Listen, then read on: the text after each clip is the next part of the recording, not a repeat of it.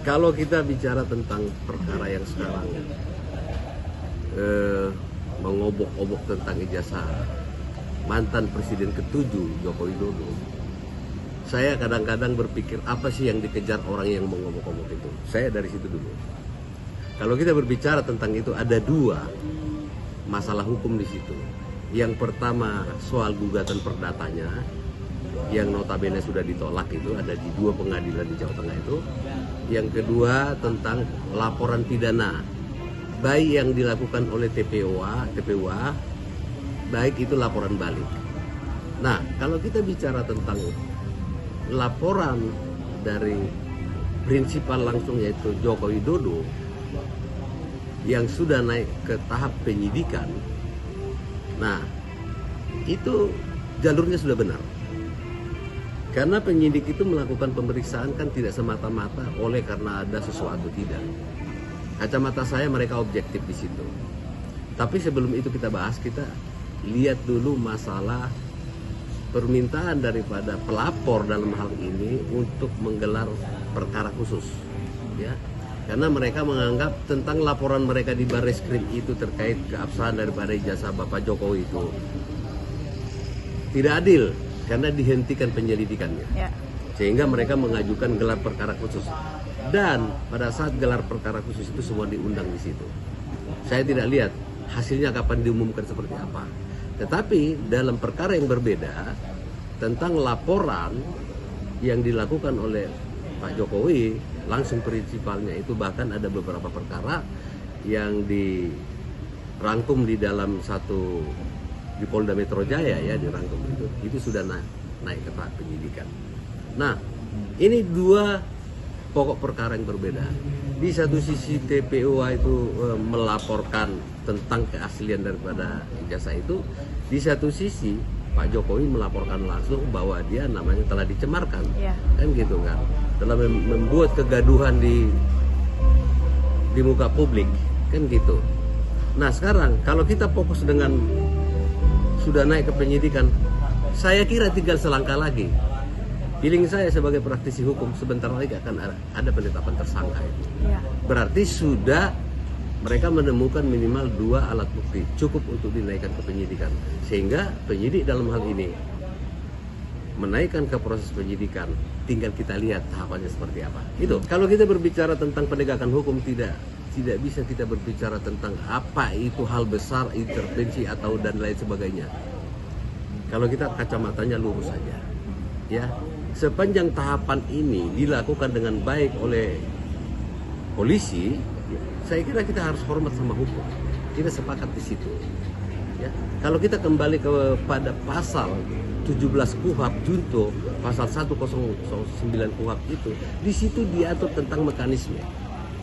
Kalau sudah memenuhi unsur minimal ditemukan 2 alat bukti itu, maka mereka menaikkan ke proses penyidikan. Jadi bukan karena kepentingan. Saya kira ini clear. Karena memang sudah ditemukan 2 petunjuk minimal 2 alat bukti itu, sehingga mereka menaikkan ke tahap penyidikan.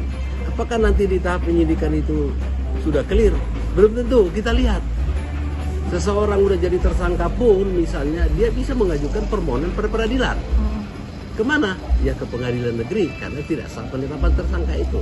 Jadi kalau Anda tanya tentang, oh ini karena ada nuansa lain, nuansa politis dan lain sebagainya, justru yang membuat kegaduhan ini, yang saya duga ada apa? Ada sesuatu di situ. Kalau saya menilainya malah di situ. Apa sih urusannya? Karena kalau kita berbicara tentang Undang-Undang Nomor 27 Tahun 2022 tentang rahasia data pribadi, nggak boleh dong. Misalnya ijazah saya, ijazah Pak Jokowi, urusannya apa? Legal standingnya apa minta ijazah itu? Kecuali katakanlah dalam hal ini UGM sendiri yang mempermasalahkan, atau waktu pencalonan menjadi wali kota, gubernur atau presiden itu yang mempersoalkan KPU, itu boleh. Legal standingnya jelas. Tetapi kalau orang-orang yang sekarang membuat keributan, kegaduhan di publik itu, apa legal standing Anda? Apa hak Anda untuk menanyakan supaya ditunjukkan data pribadi? Ijazah itu kan data pribadi. termasuk adalah hak privat itu, pribadinya di situ. Sama dengan KTP lah. Kecuali ada katakanlah legal standingnya, ada hubungannya di situ. Kan nggak ada hubungannya. Kenapa nggak dulu waktu pencalonan itu dipersoalkan? Kenapa baru sekarang? Ini justru tanda tanya besar buat saya. Janganlah membuat kegaduhan itu di negara ini. Gitu loh. Itu Bang, Pak Jokowi juga bilang bahwa ijazahnya akan ditampilkan hanya di persidangan aja, nggak mau di muka publik. Apalagi kemarin kan sempat disinggung mana ijazahnya, tapi Pak Jokowi benar-benar bertekad hanya di ruang sidang aja Bang. Itu sudah benar.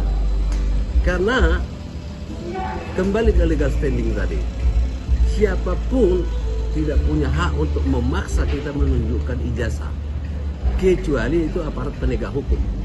Atau dalam hal ini ada hubungan hukum, katakanlah pada saat pencalonan ternyata ditemukan ada indikasi ijazah itu ada keadaan yang tidak pasti di situ, ada kepalsuan misalnya, itu boleh, itu pun dia akan kerjasama dengan aparat penegak hukum. Jadi kalau seseorang Anda mau maksa saya untuk mengeluarkan ijazah saya akan tanya, Anda siapa? Urusan Anda dengan saya apa? Tetapi kalau pro justisia memang ada upaya paksa di situ, dia harus tunjukkan. Toh kemarin kita udah lihat ijazah sudah ditunjukkan katanya di Bareskrim.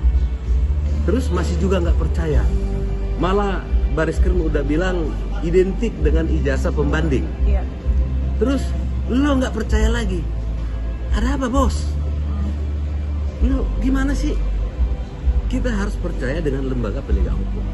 Lepkrim Mabes Polri itu adalah Lepkrim yang terpercaya menurut saya. Terus kita harus percaya sama siapa? Masa harus kemauan orang-orang yang membuat kegaduhan, membuat laporan itu harus kita percaya? Kalau dia siap melaporkan berarti dia percaya dengan Bareskrim Mabes Polri. Nah sekarang giliran itu dihentikan dalam penyelidikan, dia bilang dia nggak percaya. Iya. Ada apa bos? Maksudnya apa? Itu loh.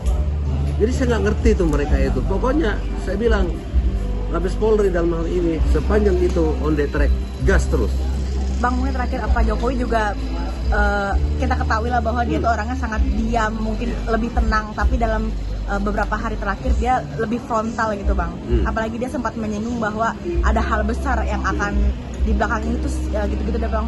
Seperti ya, kalau Pak Jokowi menduga bahwa ada hal besar di belakang ini semua, ya boleh-boleh saja. Kenapa? Saya juga sependapat. Loh, kok penting sekali ijazah ini dipermasalahkan sekarang? Kenapa nggak dari dulu ijazah itu dipersoalkan? Kok sekarang? Kasian loh. Apa sih target besarnya itu? Ada skenario apa di belakang itu? Ya wajar kalau dia menduga seperti itu. Kita saja ngelihatnya, saya udah gerah ngelihatnya. Kok ini saja yang kita lihat tontonan yang menurut saya nggak bermutu, nggak penting, nggak mendidik buat masyarakat Indonesia. Negara ini dibangun dengan berdarah-darah oleh founding fathers kita, pahlawan kita. Kenapa harus diacak-acak dengan seperti ini? Dia sudah mengajukan ke hukum, silakan harus terima. Apa harus menang? Nggak begitu. Kan dia sudah menggugat, pengadilan bilang, oh kami tidak berwenang, silakan ambil langkah hukum lagi. Demikian juga dengan pidana.